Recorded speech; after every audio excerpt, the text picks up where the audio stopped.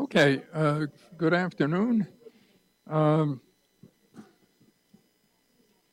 some extent, we've been victimized what appears to be a virus. Tom Misteli is ill and is not able to come today, and this all happened so quickly.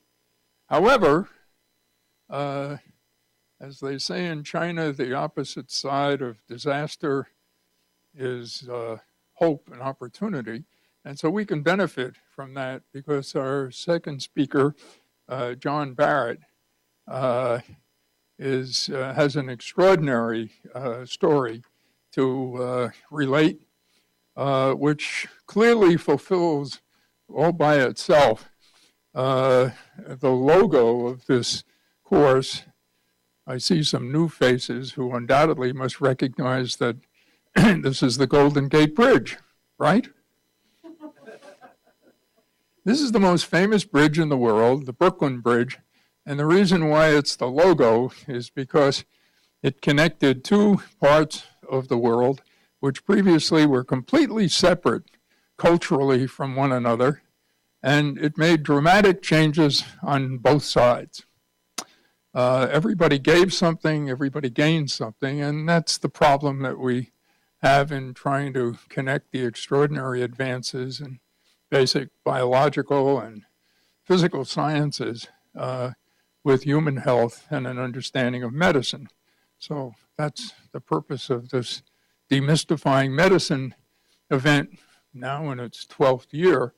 And today, John Barrett will construct the whole bridge by himself. So can you just put on, so I think historically, for those who like to have a bit of a background, this whole concept of translocation, I think from my reading, and John, you correct me if I'm wrong, it really started with the extraordinary work of Barbara McClintock, whose story, if it's not known to any of you, I would urge you to at least go to Wiki or something or the internet and read about this, because this is an amazing story of science and of the culture of science. So her story has been told many times, but the main point in bringing it up here is that in the actually in the 40s and 50s, she was studying corn and studying the chromosomes in corn. She has credited for discovering the centromere, amongst other things. And it was her observation that there were changes that were taking place within the corn from one kernel to the next. And she made a hypothesis that there was actually a transfer at the time of meiosis of genetic material from one chromosome to another. That was in the 40s and 50s. Everybody laughed at her. In fact, they were so nasty to her. There weren't too many women in science in those days. She was at Cold Spring Harbor, I believe, at the time of the first studies. At any rate, they paid no attention to her. So could you put the next one on? Yeah. So her discovery was in the 1940s. She described this phenomenon which she called transposition, where chromosomes exchanged information, now called genes, through sort of particles called transposons. And there was great skepticism about this. It's interesting to read some of the commentaries. At any rate, she got so upset by it all that she just stopped publishing in 1953. But by 1970, others had confirmed her basic observation. And so she realized that she made an amazing contribution to understanding genetic change and regulation. And a whole series of prizes, awards, recognition. She was lauded and so forth, and it culminated in the receiving of the Nobel Prize in 1983. It's kind of noteworthy that she was the only woman who ever received a Nobel Prize all by herself. This was not 2 or 3 others there. It was for her discovery. Now, transposition is a term that we don't talk about much anymore because this is history, and it's sort of been then replaced by the explosions in cytogenetics and molecular genetics and so forth.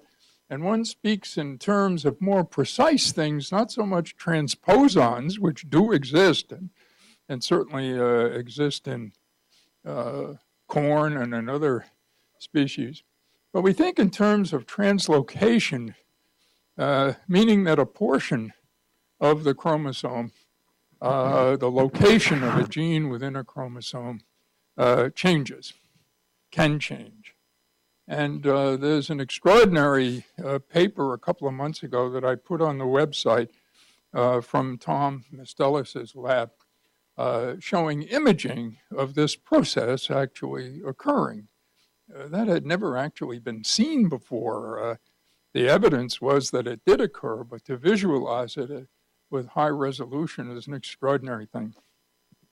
Now, the other side of the coin is the fact that there are human diseases, some of which in and of themselves are just an extraordinary story of science, of good luck, and of accomplishment. And that's what we're going to hear about today. And our speaker is John Barrett, who came to the NIH, the Heart Institute, in 1993. And John is the head of the stem cell allogeneic transplantation section. Prior to then, he was a world-known and recognized hematologist for his many contributions in hematology research and practice, including the disease he's going to talk about today. We first met when he was the head of hematology at the Hammersmith Hospital in London. He trained in England, took his medical degree there, and as I said, came to the NIH in 1993, and has been extraordinarily productive, highly honored, and we're very grateful to you, John, for constructing the whole bridge this afternoon.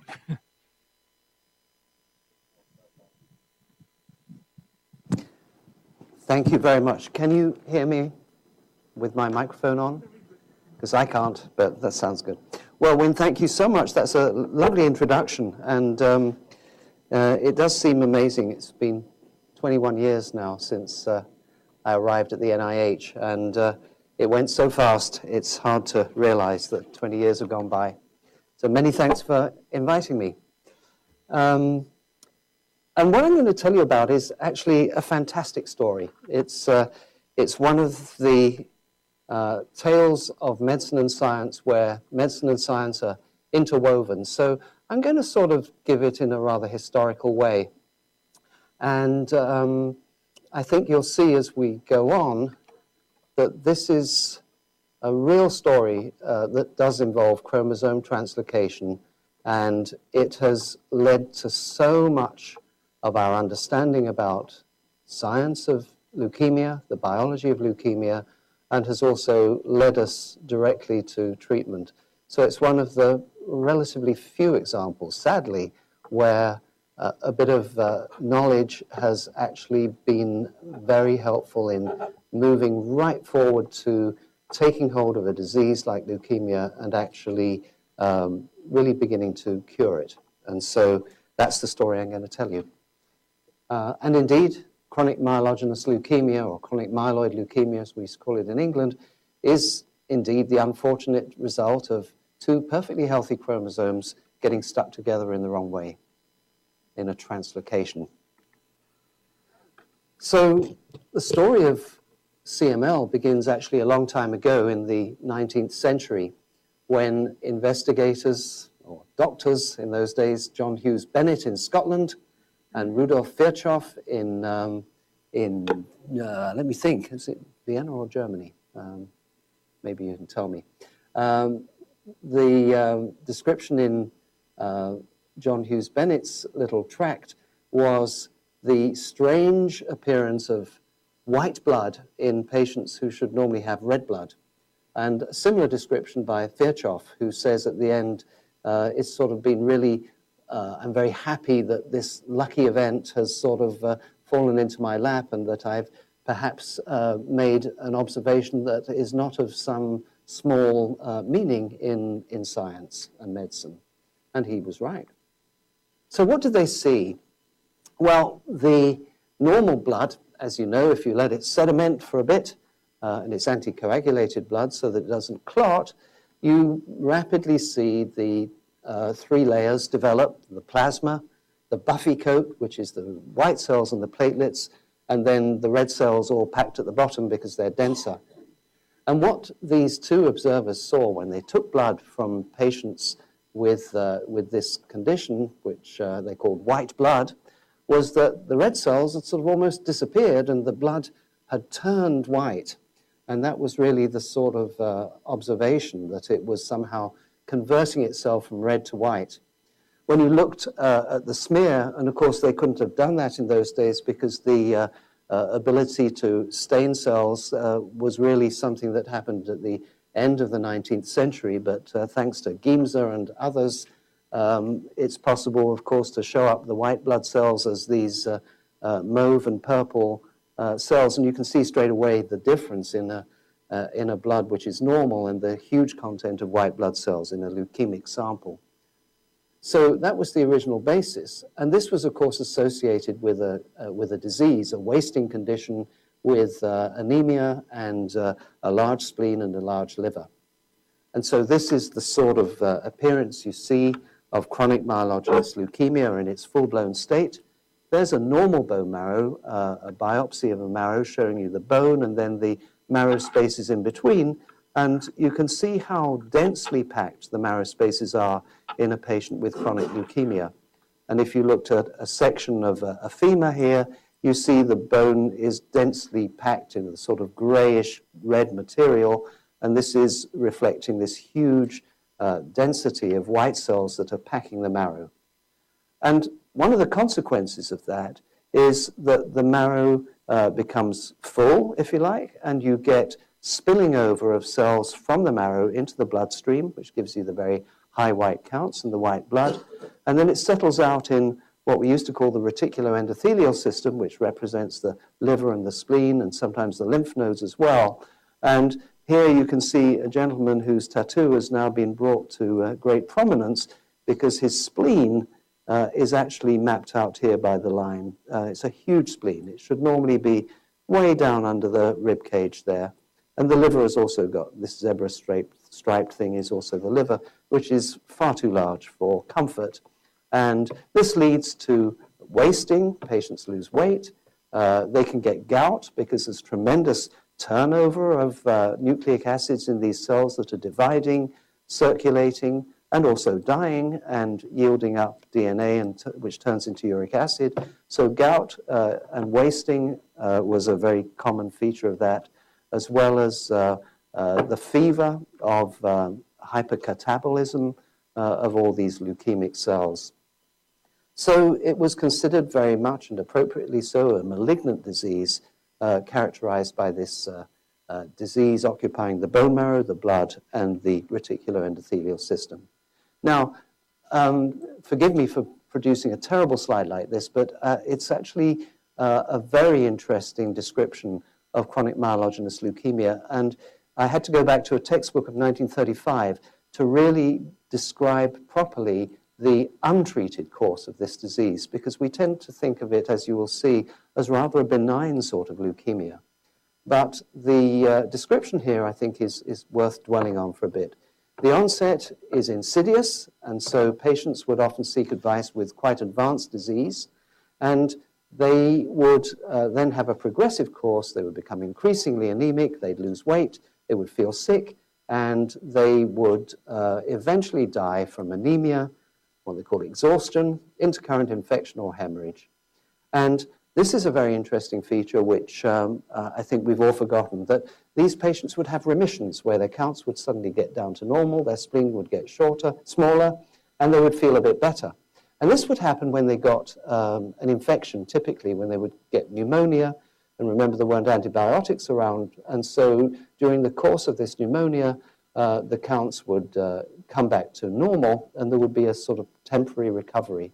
And we actually know now why this happens, that they were quite right. The conjecture that Whitby and Britton made was that when the bone marrow receives the normal stimulus for leukocytosis, for making white cells, it reverts for a time to orderly activity. And indeed, we know that the chronic leukemia cells are not actually susceptible to the growth factors that stimulate normal bone marrow. And when the leukemia is prominent, it will suppress normal bone marrow because it soaks up all the growth factors, and so nothing can happen. If you put in an excess of growth factors, you can re-stimulate the normal cells to recover. And we happened to show that in the laboratory a few years ago and published that observation as a description of what we call clonal suppression by leukemia of normal cells. So what about the patient? So the classic presentation, you can still see people with some quite advanced disease. Here's a 50-year-old man with a 2-month history of night sweats, fatigue, and not being able to eat a full meal because of his large spleen. And the blood count shows a white count of 175,000. Now, remember, your normal count is way below 10,000.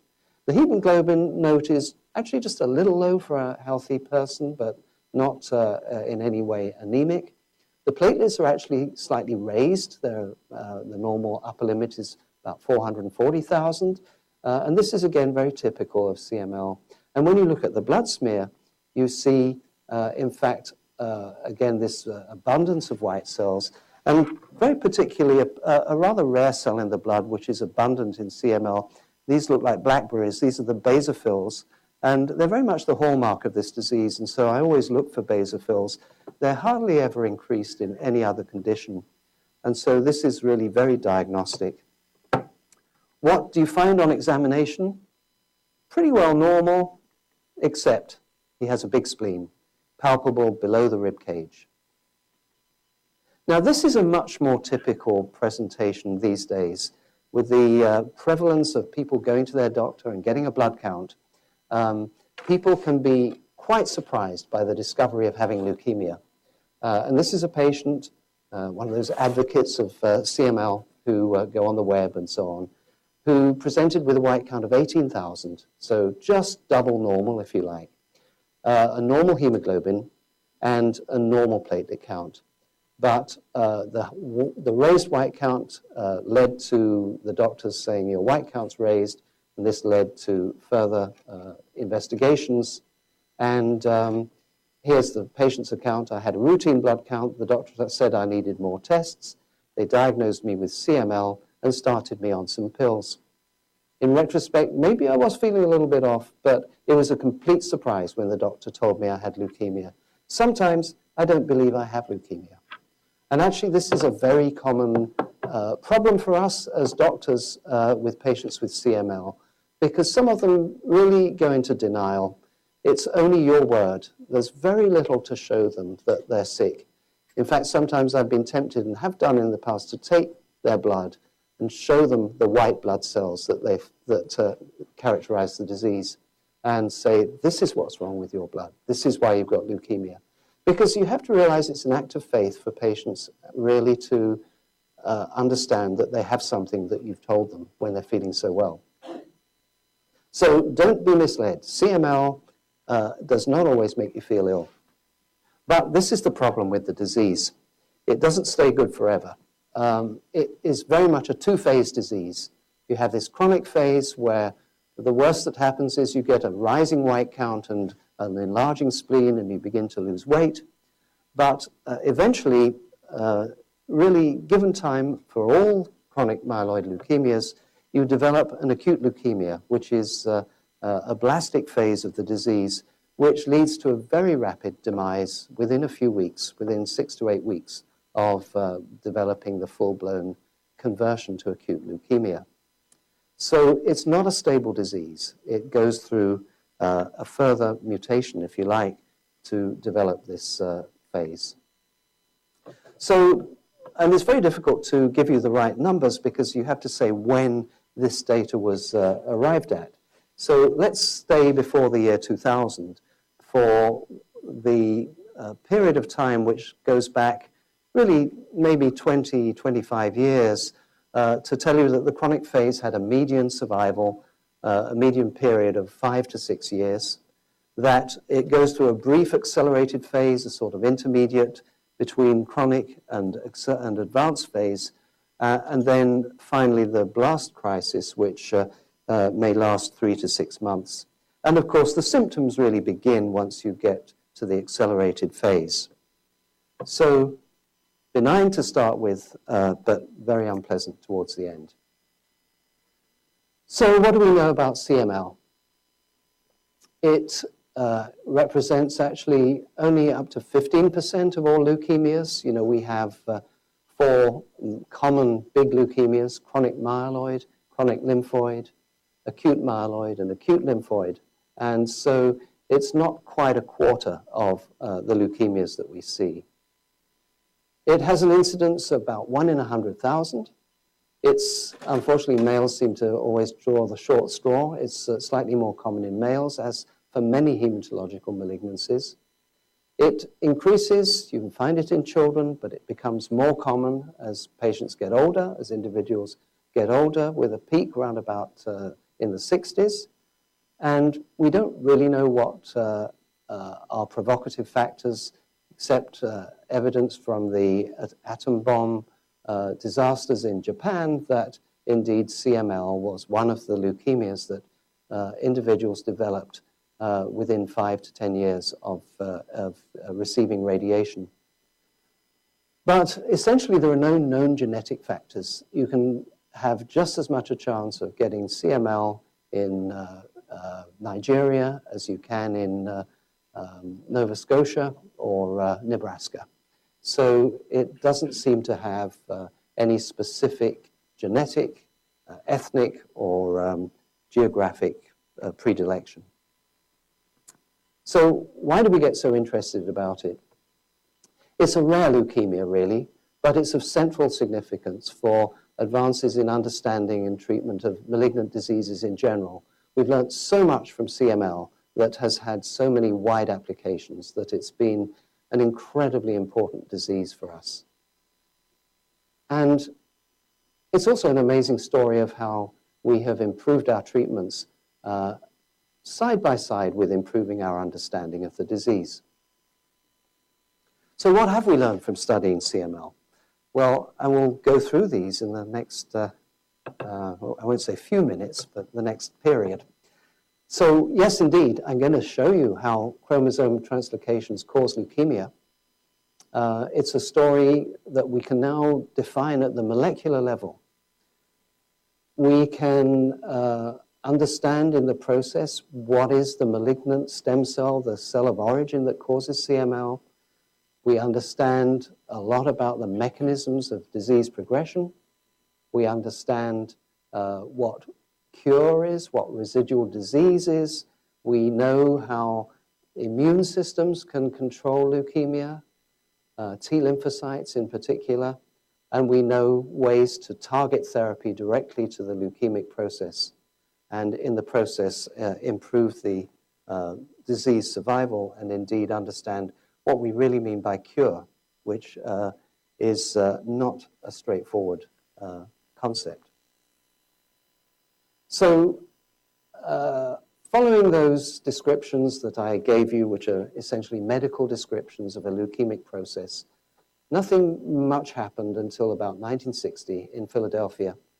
And 2 doctors, Peter Noel and David Hungerford, were working on chromosomes, studying chromosomes in the laboratory, which was a nice new technique where you could look at the individual chromosomes under the microscope.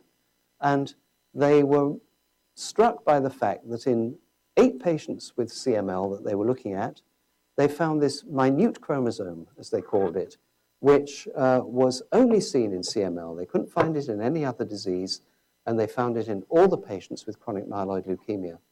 And this struck them really very much because this was the first observation of a definite chromosome change associated with a particular condition.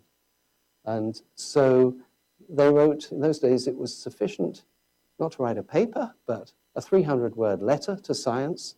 And it just shows you the power of words. You don't need to have a very long paper to make history, because they propose that, indeed, this minute chromosome suggests a causal relationship between the chromosome abnormality and chronic granulocytic leukemia, another word for CML. So that was a very important observation. People looked at chromosomes in many other diseases, leukemias, and did not find anything quite so dramatic. So one of my dear colleagues from the Hammersmith in London, David Swirsky, used to say, so let me just explain to you chromosome translocations in simple terms. You know when you're in the car park of the shopping mall and you get a biff with a red car coming up against the blue car. And what happens when those cars separate again is a little bit of the red paint has rubbed off on the blue car, and a little bit of the blue paint has rubbed off on the red car. And this really, I think, is a beautiful description of what a chromosomal translocation is. The exchange of chromatid material between two chromosomes, not just the loss of one onto another, but chromosome exchange. And this was really brought to light in CML by another investigator, Janet Rowley, and I'll tell you about her in a minute. But just to say that, indeed, since Philadelphia chromosome, we've found a huge number of translocations that occur where the blue paint's rubbed off onto the red paint. You can see it in some patients with chronic acute myelogenous leukemia between 1 and 12, in lymphoma. You see it in other forms of acute myeloid leukemia. You see it, here's CML, which is between chromosome 9 and 22. And you see it in sarcomas. So there's now really quite a host of diseases where chromosomal translocations have been identified, and the mechanisms underlying those translocations also better understood. So here's what happens with the Philadelphia chromosome. Here's the Philadelphia, this minute chromosome. Why is it minute? Well, because it's lost its legs, and here you see the transposition onto the 9th chromosome of an extra piece of material. Noel and Hungerford missed that, and so they missed the true significance of the Philadelphia chromosome. They were actually so enthusiastic about the name Philadelphia chromosome, they called it the Philadelphia 1 chromosome with a little superscript 1. And it's only in recent years that we realized that there weren't going to be Philadelphia 2s and Philadelphia 3s, and so we've dropped that and we call it the Philadelphia PH plus chromosome. And Janet Rowley is really the person that we need to thank for describing this event. She had this appropriate technology called Giemsa banding, which allowed you, as you can see, the tiger stripes of the chromosomes, allowed you to see which bits of the chromosomes should have belonged to which chromosome. And she recounts the story very nicely, that she saw some extra chromosome at the end of chromosome 9 and immediately looked at the sample from a couple of patients using this Q banding approach, which I showed you in the last picture. And she then realized that there was a translocation, that a lot of the chromosome 22 had got stuck on chromosome 9. She sent it to Nature, and it was sent straight back. This is just a normal variant. But being Janet Rowley, she persisted, and she finally, after some changes, got a very important observation in Nature. Janet Rowley sadly died last year in her 90s. She was a remarkable lady and has really contributed so much to our understanding of hematological malignancies through chromosomal studies. And here it is in glorious Technicolor. Here you see now the precise nature of the translocation. And the really important thing that has happened is two things. There's something called the breakpoint cluster region, which is present on the 22nd chromosome. And there is the Abelson oncogene, Abelson oncogene is a gene which causes leukemia in mice.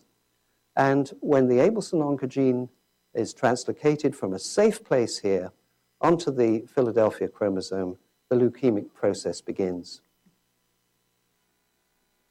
And down to the details, this is the breakpoint cluster region, there's the Abelson region, and like translocations occur, they're not always in the same place. The diversity is in the breakpoint cluster region, not actually in the Abelson gene, which comes right up against the BCR. And so you can end up with the production of proteins which have a slightly different length according to how much breakpoint cluster has come with the protein. And in fact, that translates into different types of leukemia. The shortest one, the ALL P190, is actually responsible for the most aggressive form of acute lymphoblastic leukemia. Occasionally, you get acute lymphoblastic leukemia arising from CML. So you can actually get the P210 version in a blastic phase, which is a lymphoblastic phase. So that's really a part of the CML. You really don't see, to any great extent, chronic myeloid leukemia with this P190. And this, if you like, is the disease with the intermediate prognosis. And then there's a rare disease with this very long BCR-ABL protein, which we call P230. And this produces a very slowly progressing, relatively benign form of leukemia called neutrophilic leukemia. And these differences are interesting because you can see in a sense that the shorter the protein that's generated from the chromosome translocation, the more aggressive the disease it is, which is an interesting observation. So having found the translocation, and I skipped a step, but having shown that indeed it was a translocation between BCR and a famous oncogene, Nora Heisterkamp in the Netherlands and other co-workers went on to try and understand what the consequence of this translocation was. Why should the approximation of the BCR to the Abelson suddenly cause trouble when these two genes were living perfectly happy lives separately? And so what happens is two things. That once you have the BCR stuck onto the Abelson, you tend to get oligomers forming in this coiled region of the BCR. And when that happens, it begins to switch on the Abelson gene and leave it permanently activated, permanently phosphorylated tyrosine, because there's a tyrosine kinase area here which continues to phosphorylate tyrosine. And that has this autophosphorylation causes downstream activation of a huge number of pathways, many of which we now understand today. And here's just a cartoon, which is a little bit simpler than actually what we know today, but I think it'll do. There are various regions, domains on the BCR-ABL. This is the Abelson piece. And they all have downstream events which really have three major impacts. One is the change of adhesion through the weakening of the adhesion molecules and integrins on the cell surface, which is directed through FAC. And this actually is probably responsible for why the cells migrate out of the marrow and spill into the bloodstream so readily. There are transforming events through RAS, which is a very common transformation checkpoint for a number of leukemias. And then through the JAK-STAT pathway, there is increased and aberrant proliferation. So when you now look at the phenotype of these CML cells, we have described increased proliferation, reduced apoptosis, abnormal interaction with the stroma, genomic instability, in other words, that process of changing from the chronic phase to the blast crisis. And these are the mechanisms that we now understand that are really involved in these processes. So, as I say, at a molecular level, we have really defined the leukemic process from the BCR-ABL. Just to illustrate, just a little, this is the change in adhesion, which results in decreased beta integrin function and the unsticking of cells from the marrow stroma and their circulation into the rest of the body. Here's one of the things we've begun to understand about this transformation from the chronic phase to the acute. When we think about the chronic phase, we identify, of course, this large number of mature and maturing white cells that I showed you in the bloodstream. And these come from a progenitor called the granulocyte monocyte progenitor. These are the stem cells, if you like, that make white cells, that make granulocytes, neutrophils, and basophils and eosinophils. And they are in turn generated from a hematopoietic stem cell, which can also make platelets and red cells by generating different progenitors than I've shown here.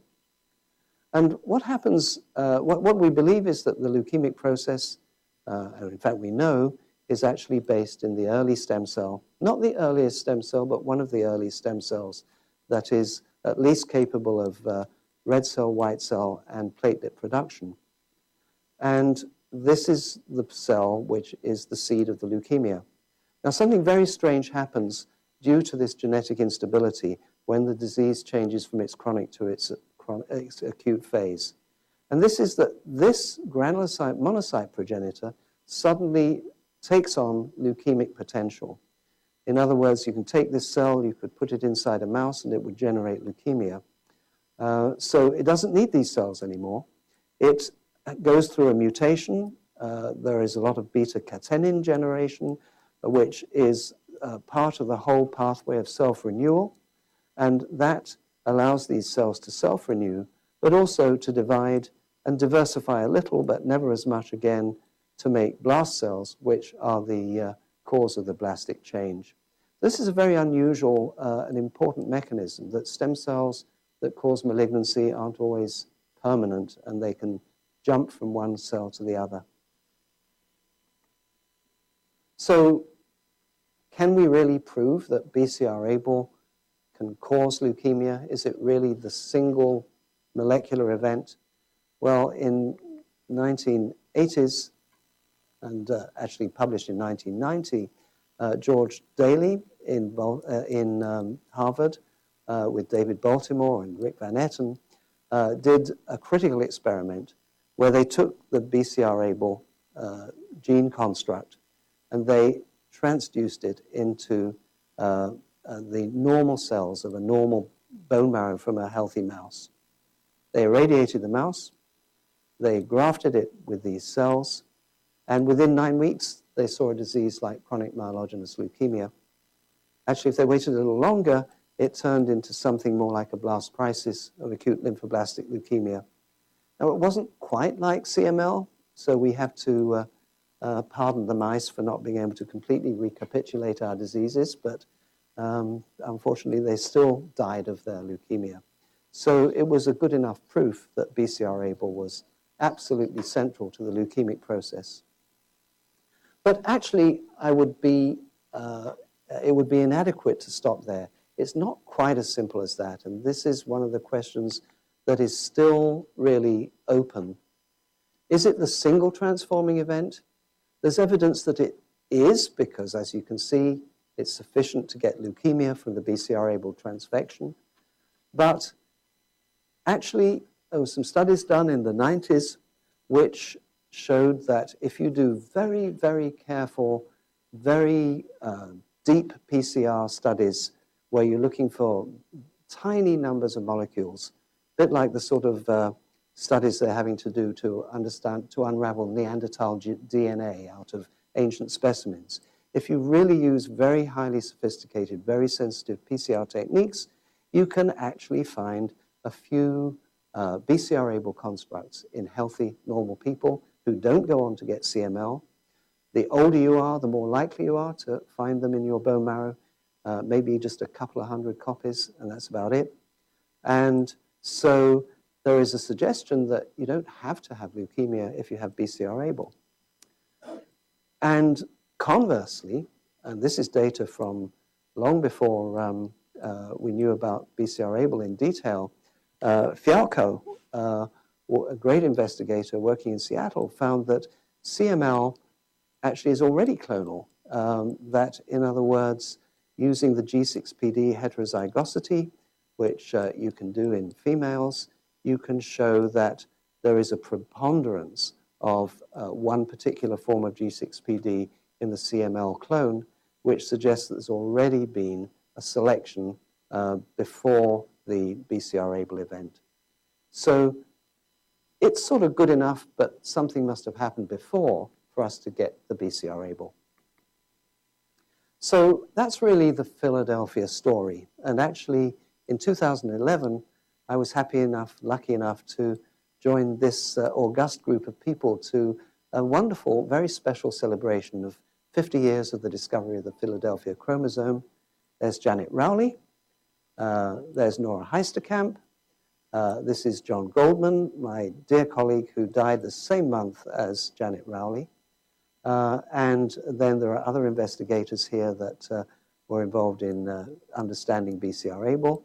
And there's Peter Noel, who is still in Philadelphia, but has not yet discovered any further Philadelphia chromosomes, and moved on into quite other directions. So we can have a little breather, I think, because then I'm going to tell you about how we treat CML and how all this learning has, to a certain extent, really translated into treatment. But maybe I'll stop for questions now. Would that be good? And, or just a gap?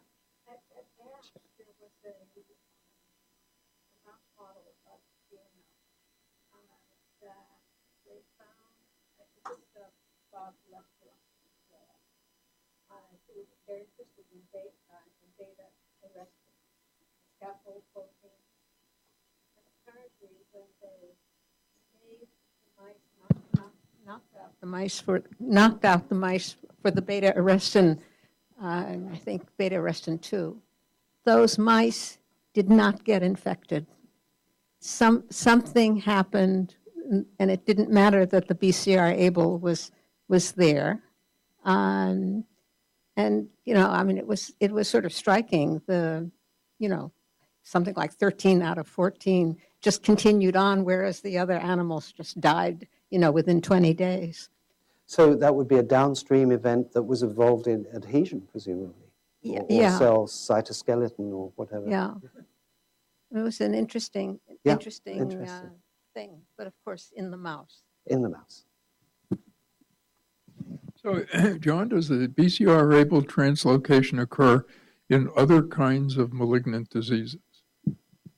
Not as far as we know, no.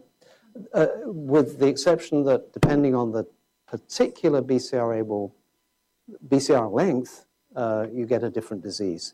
Outside that context, nothing. Sometimes you get silent translocations, so you have somebody with CML and you can't find it. And sometimes the gene hops between chromosomes a bit before it ends up with the BCR-ABL as well. And sometimes the translocation is so small that you don't see on the chromosome spread the actual abnormality. But essentially, 922 BCR-ABL is CML. You mentioned that in some people you might have a few hundred BCR-ABL transpositions or translocations, and yet they don't get the disease. So it sounds like it's a necessary but not sufficient condition. Yep. Are there hypotheses for what is the sufficiency ingredient? So I'm biased. I do transplant immunology, and so I feel very strongly about the potential of the natural, in the innate and the acquired immune system to identify small amounts of disease or abnormal cells, let's call it that, and keep them contained.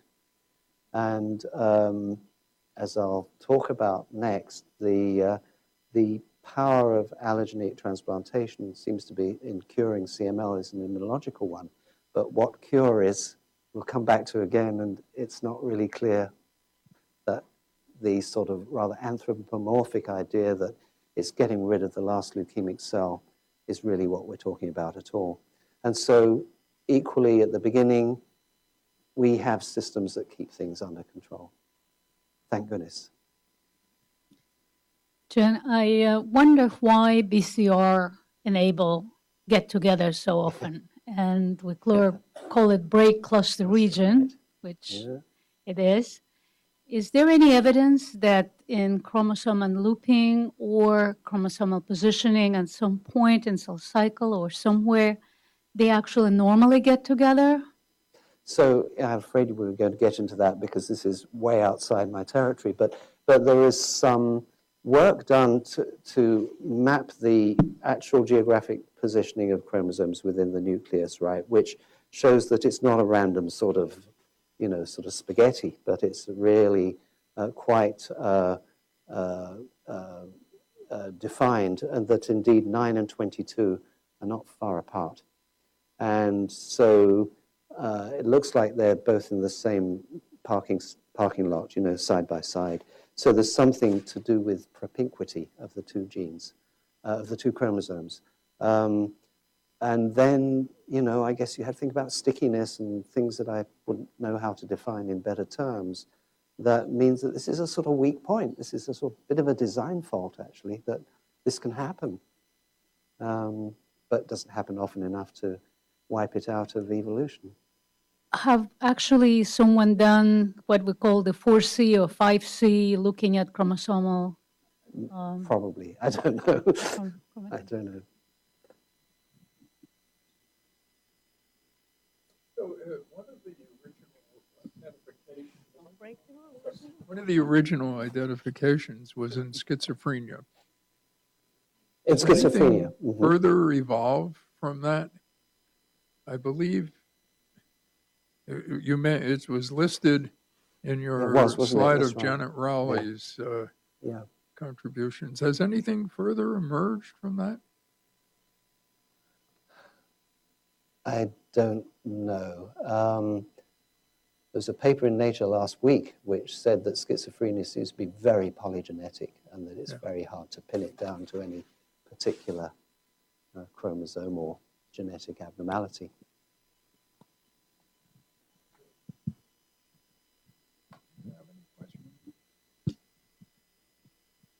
Okay, so now the great story. So CML has been around, as I told you, for more than a century, isn't it? So 1849, yes, so nearly 150 years. And so it was treated actually relatively successfully in the early days. They had treatments. They had arsenic. And then Röntgen came along and everybody got excited about radiation. And indeed, it was wonderful treatment for CML. You could shrink down the spleen with whole body radiation. And in those days, people were put into a room where there was a source of cesium, and they got radiated, and they'd go in there for a few hours, and they'd come out again. And they would have a canary in the cage nearby to make sure if the canary stayed good, then they would carry on with the radiation. And it's actually extremely effective treatment. This is actually probably one of the last patients ever receiving radiation for CML, because when I was at the Westminster Hospital in London, they still did some rather old-fashioned things. And I was able to observe what happened during splenic irradiation to somebody with CML, watching their blood count drop from 200 to 100, but looking at the progenitor cells as we could then measure them, absolutely falling away as the radiation successively, day after day, whittled away. And this was sort of before and after, before and after, before and after, till we couldn't find any circulating precursor cells anymore. So it was a very noticeable effect, and actually rather specific, because you could irradiate the spleen, and that's where the blood circulated through. So you could actually cut off that great stream of cells pouring out of the marrow and gradually empty out the compartments.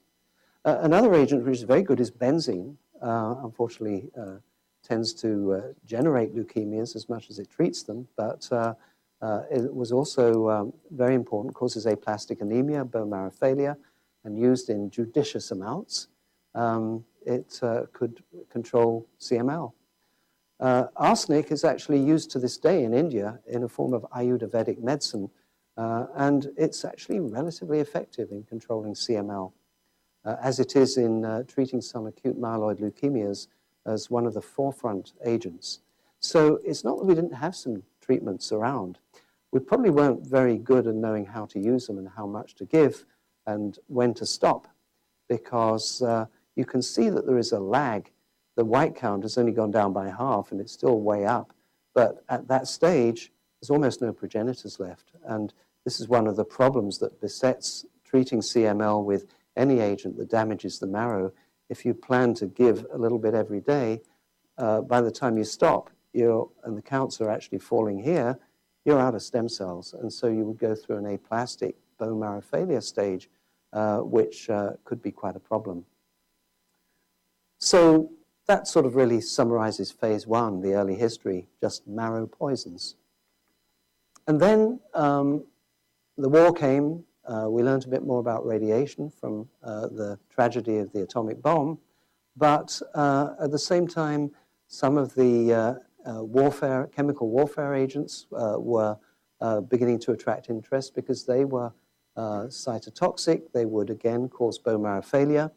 And it became of interest for people to look at a number of compounds derived from mustine to look to see how they worked in leukemia.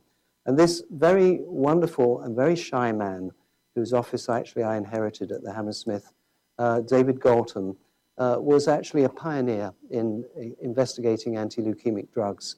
He investigated memorably two drugs, Myeloran and Leukeran, which are better known as busulfan, and chlorambucil, both drugs which are used to this day. So this was in the 50s.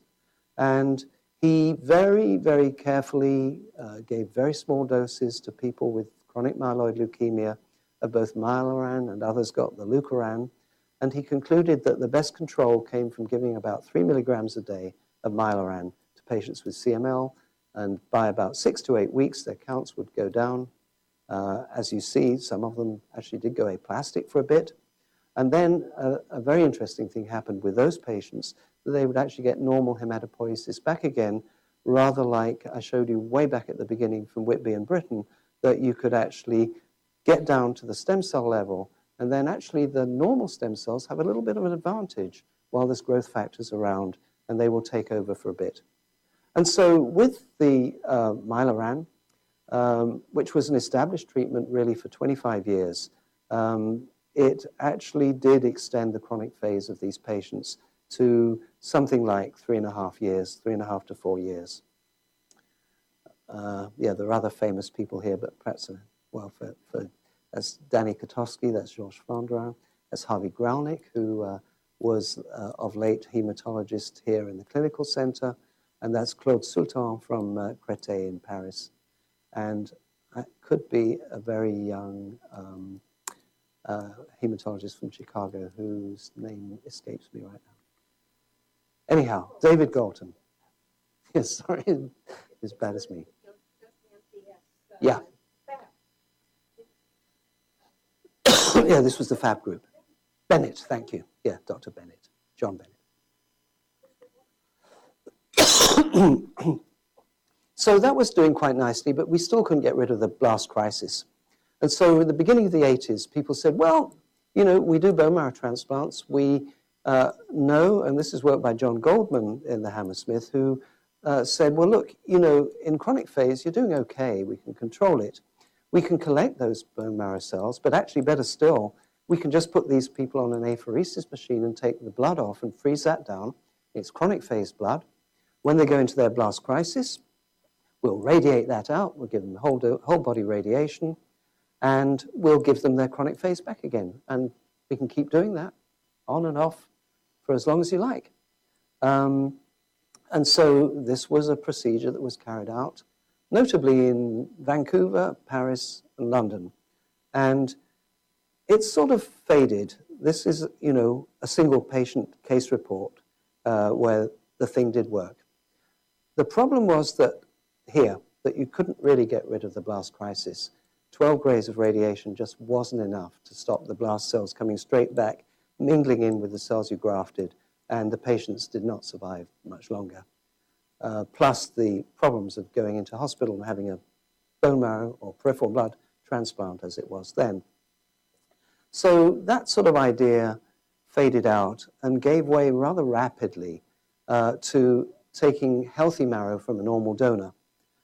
And this was work pioneered by a number of people, but notably Dick Champlin, who is in Houston now, and was in UCLA with Robert Peter Gale, both investigators who are still very active today. He has now the largest transplant program in the world. They do about 800 bone marrow transplants a year. And no wonder he's looking a bit tired now. Robert Peter is very active in all directions, I think would be a brief description. A very interesting, highly intelligent person with a lot of novel ideas. Anyhow, they developed they adopted the approach which is pretty well established for about a decade or so of radiating a recipient, collecting bone marrow or blood from a donor. In those days it was bone marrow, giving the stem cells, giving some suppression of graft versus host disease, and watching for survival and getting the patient's counts better and sending them out and looking for relapse. And so in 1982, they described actually, I think, the first 8 patients having bone marrow transplants for CML, and really with very good results, with very promising survivals. And here's a sort of example from a large database. This was sort of what was being achieved at the end of the 90s, that if you transplanted people in chronic phase, you had something like a 90% survival, long-term survival. Look, that's 6 years out, and this line could easily go out much further. But if you left it a little bit too late, then you began to lose patients in accelerated phase, and really about 15% of patients in other series are rescued in their blastic phase. We have a few, but they really are not very often. So transplant was a very good treatment for CML. Why does it work? Well, this is a study that we did where we transplanted a patient with chronic myeloid leukemia, and we were so confident about the fact that we were having an immune effect that was curative, that we actually minimized the preparation that we gave. This is a little dose of cyclophosphamide and a little dose of a drug called fludarabine. Not enough really to do much than, as you see here, drop the counts, but certainly not eradicate the leukemia. It was necessary to do this so that we could suppress the patient's immunity. So we weren't using this to wipe out the leukemia. We were using it to immunoablate the patient. This is a very good way of knocking out all the patient's T cells that might reject the marrow graft. So once the graft got in, we can follow the disease. Here's the Philadelphia chromosome, and you report these findings as 16 Philadelphias out of 18, so there's 2 normal here. A little bit later on, this is now about 70 days, it's almost half and half normal and half Philly. By the time you get to 3 months out, the Philadelphia chromosomes disappeared. There are only normal karyotypes left. But of course, that's not the most sensitive way of looking for CML. You can use the PCR for the BCR-ABL transcript. And it was still positive all the way up here till about 120 days. And then it went negative. That patient stayed negative and is alive to this day. And this must be now, I guess, about 15 years later. Some things happened that matter. One of the things was, of course, we do give immunosuppression because you do need to prevent GVHD. We had a little bit of skin graft versus host disease and a little bit of liver graft versus host disease. And you notice that during this graft process, the first thing that we established was the donor's T cells. So the immune system got in very early because of this immunoablating treatment, allowed the T cells of the donor to become dominant. And then as the T cells began to work on the CML, the graft versus leukemia effect, the donor myeloid came up to 100% and we lost the leukemia. And so this is a very graphic demonstration that CML was actually eradicated not by chemotherapy, but by the immune system of the donor. And in fact, the GVL effect, as we call it in CML, is one of the strongest. And so it sufficed to give patients very minimal conditioning, as this is called, to allow the disease to be completely eradicated. You can see what happened to the white count. It dipped with the chemotherapy, came right back up to nearly 100,000 before the GVL effect began to take over. And then there's a switch, and the normal counts come in after that trough. So this got us very excited and still gets us very excited that there is a potent immune effect that we can get with a bone marrow transplant that's due to the donor T cells. We've also learned since then that donor natural killer cells also have a very potent effect. So here's another patient. She's not my first. The first patient was grafted in 1993, so he will be 21 years post-graft in October. But here's a lady who lives locally who, again, has gone out there and given to charity and made a story of her treatment, who was successfully cured of CML, as far as we can say, because we have no further detection of CML for the last probably 17 years on using the most sensitive techniques we've got. But do we really cure it? Is there any left? Now, we've been very fortunate in the molecular understanding of CML that we can really track the amount of disease, the disease burden, according to the techniques we use. So, of course, if you've got a lot of disease, you just need to look at a blood smear. You don't need to do anything sophisticated. But when the blood count comes down to normal, you can still find chromosomes that are abnormal, Philadelphia chromosomes in the marrow. You get down to about 10 to the 9th cells in the body, and you no longer can spot the disease doing chromosomal spreads, which rely on the cells proliferating and dividing, and you're into the zone of PCR. And using this technique, you can begin to reach levels that really begin to defy the standard detection limits. And as I say, if you use very sophisticated technology, you can go down to these very low levels of about 100 cells detectable in some normal individuals. So, of course, you ask the question, where do I draw the line for cure? Is it when I fail to identify the disease anymore, or is there still disease lurking there? Well, transplantation tells us a bit about this because, in fact, unusually for leukemias, patients with CML can occasionally upset you by relapsing as late as 18, 20 years post-graft. It's not common, but it means that they've been in remission all that time. It's the same leukemia. It's their leukemia, not the donor's, and it was there all the time. So we do have a concept, at least with bone marrow transplantation, that we're controlling disease at a very low level. I'm not sure that we ever eradicate it. But does it matter? It's what John Goldman would call operational cure. So what is cure? Control of a small undetectable residual population, or is it the elimination of all leukemic cells? I think the former. And if it is a residual pool, what on earth is it that stops it coming back? Or if it does come back 18 years later, what on earth happened? Again, I would put my money on immune control.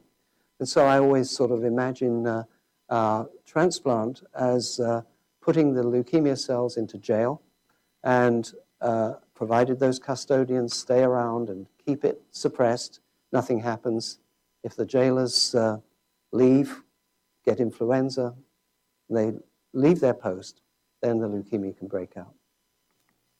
So 2 models of cure.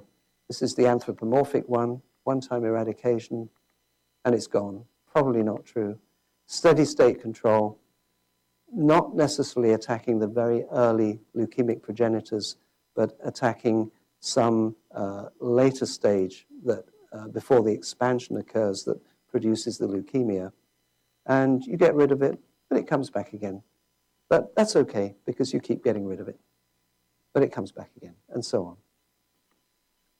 So that was where we were, very happy in 1999, thinking that bone marrow transplantation was really a fantastic treatment for CML, and we were getting better at keeping people alive during the transplant so that the transplant-related mortality was dropping away to what it is now, which is quite a bit below 10%, maybe 5% in favorable situations. And then the revolution came, the targeted therapy that hit the Time magazine, the new ammunition in the war against cancer. These are the bullets. Revolutionary new pills like Gleevec combat cancer. And of course, Gleevec was the drug which was used to target CML. Now you can already see the fallacy in this thing that the closer you target a disease, the more you're going to have to invent a special target for each disease. And it so happens that CML is one of the rare diseases that we've really got a really good target and a really good drug to target it. What do we mean by targeted therapy? Well, all the conventional approaches really were non-specific. So radiation or chemotherapy will attack not only the normal stem cells here, but also the leukemic stem cell. And you just get superior recovery of normal cells. And you always got a few leukemic cells left. With the targeted therapy, you've got a drug to which only the leukemia is susceptible. And so in the face of a nice, healthy background of normal cells, you gradually dwindle the leukemia till you get to what you hope is going to be at least an operational cure. Now, the person that really saw the potential for targeted therapy in CML is this man, Brian Drucker, who constructed a sort of concept of the BCR-ABL as this picture shows, that the BCR-ABL has a substrate to which it binds, which is, of course, what leads to all the downstream events that I showed you. And that substrate, with its tyrosine, has to be phosphorylated to work downstream and activate effectors. And you need the propinquity of ATP with the substrate to get the activation. And as the tyrosine kinase is permanently switched on, you end up with the activation of the process.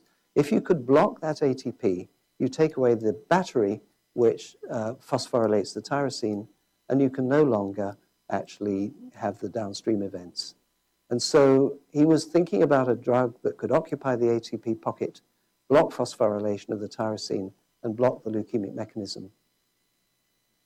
So what did he do? Well, in the late 1980s, this was before the sort of very sophisticated manufacture of structured molecules and so on. There were things called tyrosines, which interfered with tyrosine kinase.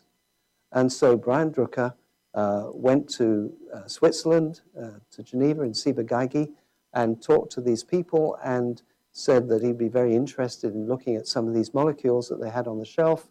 And like many drug companies, they had thousands of molecules that they never got around to testing. And he worked his way through a couple of fellowships because nobody was very excited about what he was doing. Ended up actually the other side of the States in Oregon, and eventually identified one of these molecules that looked very interesting. He could take a CML cell line, the K562 cell line, and he could block its growth with this particular molecule called 57148B. John Goldman loved this work. He thought it was absolutely fantastic. And he really kept Brian Drucker going. When he lost his job, he said, don't worry, just carry on, keep doing it. So I have to thank John for this too, and a great friend of mine, so I have to mention that. So eventually they found this drug. It was called STI-571, then changed its name to Gleevec, imatinib mesylate, and this was the agent that fitted the pocket best. So So what was happening in the corporate level was you can't do anything without the drug companies getting interested. And, you know, in contrast to the enthusiasm of John Goldman and a few other people, the companies were really very unimpressed. Just another series of drugs to screen. They gave him drugs to look at. They were not interested. They didn't support him. When he found that there was something that really worked in CML, they said, well, it's a rare disease. This will be a boutique application. It's really of no commercial interest, so sorry, bye-bye. And then they began to realize, as I showed you with the interesting results that this drug produced, that maybe, you know, we could be humanitarian and scientific and say this is a principle and it would be a great drug and, you know, it has something quite important and this is a new direction. So the light began to dawn. And since then, of course, they think it's one of the best things that ever happened to cancer therapy, a highly lucrative avenue for drug development. And indeed, although CML is a rare disease, if you keep people with CML alive, you've got a whole population of people who are going to eat your drug for life. So, sorry, that's a little bit unkind, but you can read the story as recounted by the chairman of Novartis if you want to hear a slightly kinder story. Yeah. And of course, you know, you don't just stop at filling the tyrosine pocket when you're making a drug. You have to work on it a bit to make it work. You've got to get it into the cell.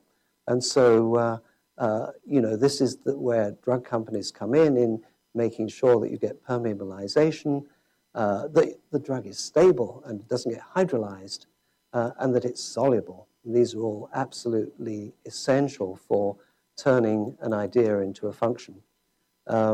And so this is where we came with batch 1, 330 milligrams in 1992, and that was what took nearly 10 years to go into the clinic.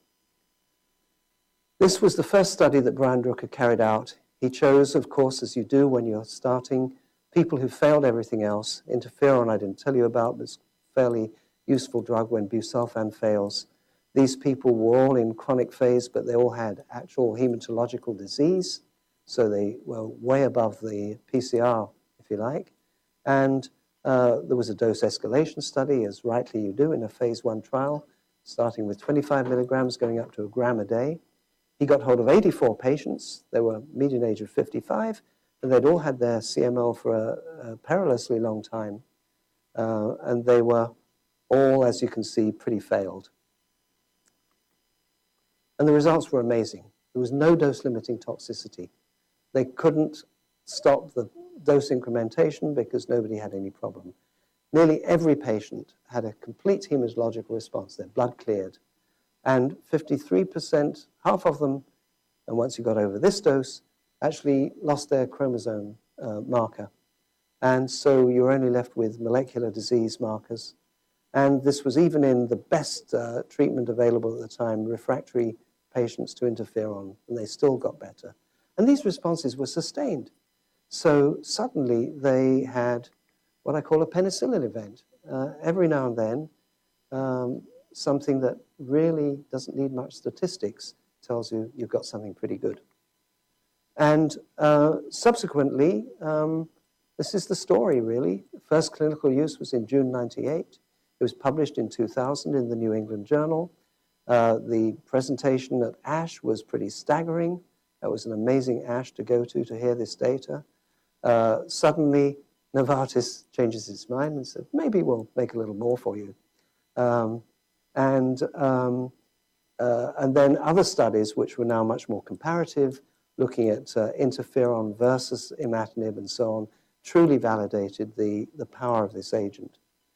And so, you know, in summary, this is just a slide which shows you what we were achieving in terms of the cumulative incidence of moving on to blast crisis in historical terms. That was busulfan.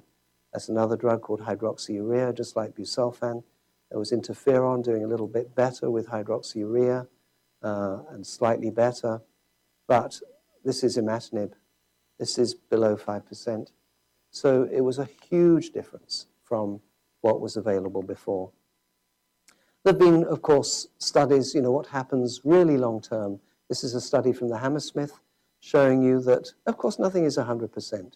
So yes, people stay in complete hematological remission, but some of them get their chromosomes back. Half of them still have molecular disease. And only 8%, less than 10%, do you actually lose all trace of the disease.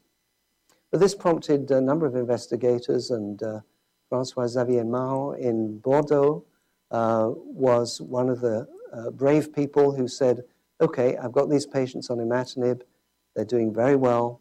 They've been in remission for a long time without anything but molecular disease. What happens if I stop the drug? And what happens is that very quickly, within a few months, half the patients will recur and they have to go back on imatinib. But put it the other way, somewhat less than half the percent stay in complete remission and have achieved operational cure. How have they achieved cure? We'd love to know. Is it immunological? We don't know. This is one of the things that explains what's happening with residual disease in CML and why you can't easily stamp it out with imatinib. If you grow CML cells in culture, you can label them with a dye called CFSE, which is incorporated into the cells. And every time the cells divide, the daughter cells lose a bit of CFSE. So as you move from right to left, you gradually lose brightness. And so you can see the generations of cells in culture from this culture period of CML. And that's without STI. With the drug, you get rid of all proliferation, but you still have the residual non-dividing cells. And so the question is, how do we get at these early non-dividing, truly stem cell precursors of CML?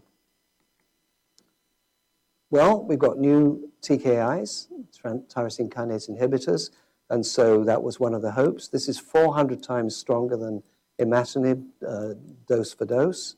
And all of these drugs, dasatinib and nilotinib, both have very good and superior effects, actually, in terms of speed and depth of remission that they achieve. We have yet to see whether we get more complete cures. And here's the drugs that are available: imatinib, nilotinib, dasatinib, bosutinib. Similar, but a little bit different, but all do the same job.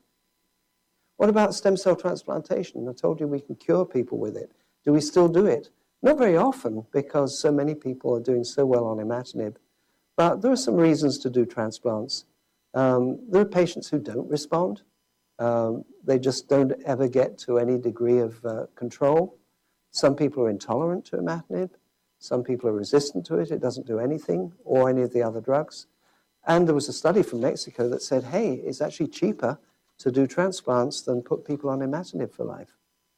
And then there are young patients. What do you do with somebody, the rare patient, under the age of 10? Are they going to go on imatinib for the rest of their life? Transplants for children are extremely effective, extremely safe. They're curative. So there's an argument for sometimes transplanting younger patients.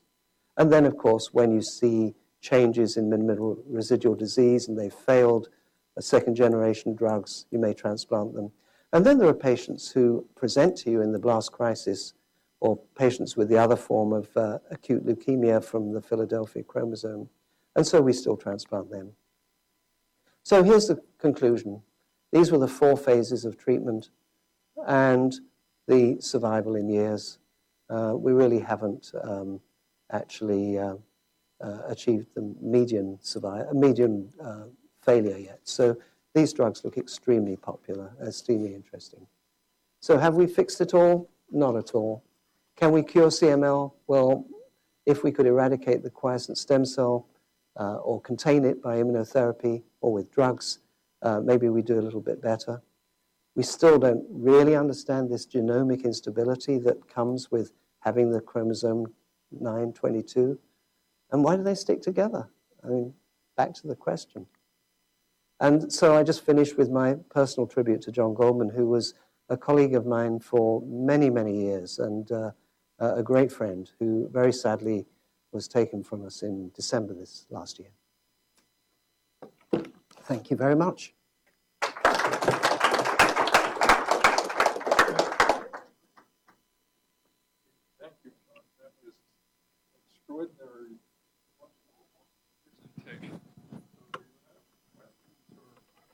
comments, anybody?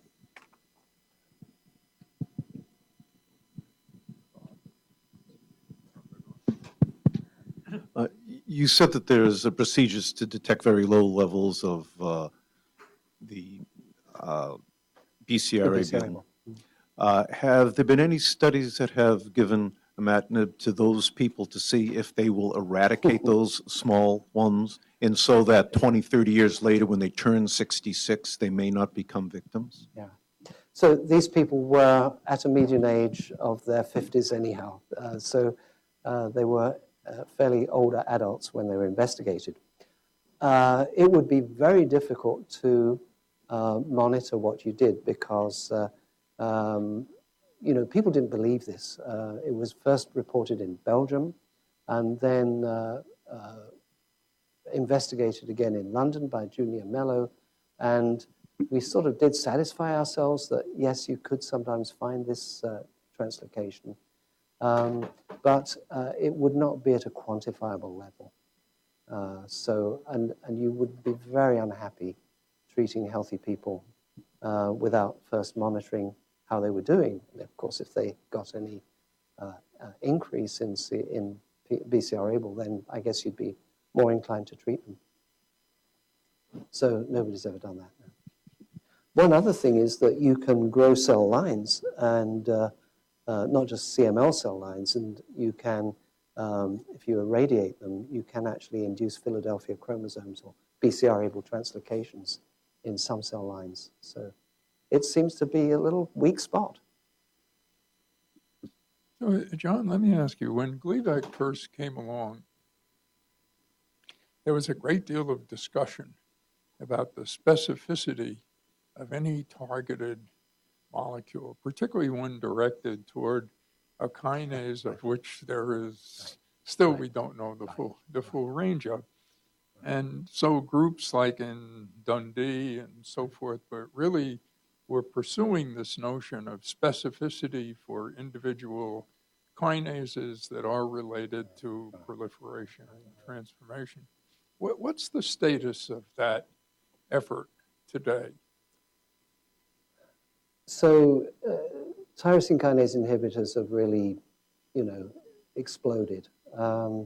And there's a number of agents like sorafenib, a huge number of them, which have some degree of efficacy in other conditions.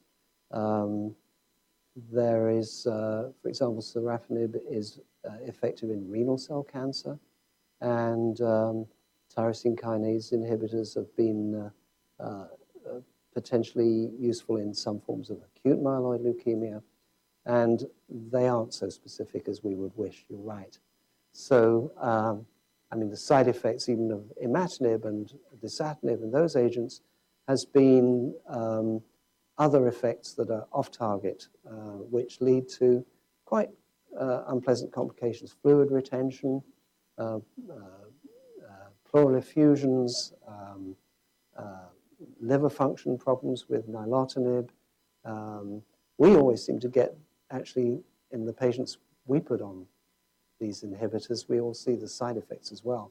And they're often bad enough that you can't carry on with the agent. So, yeah, they're not all specific. You're right.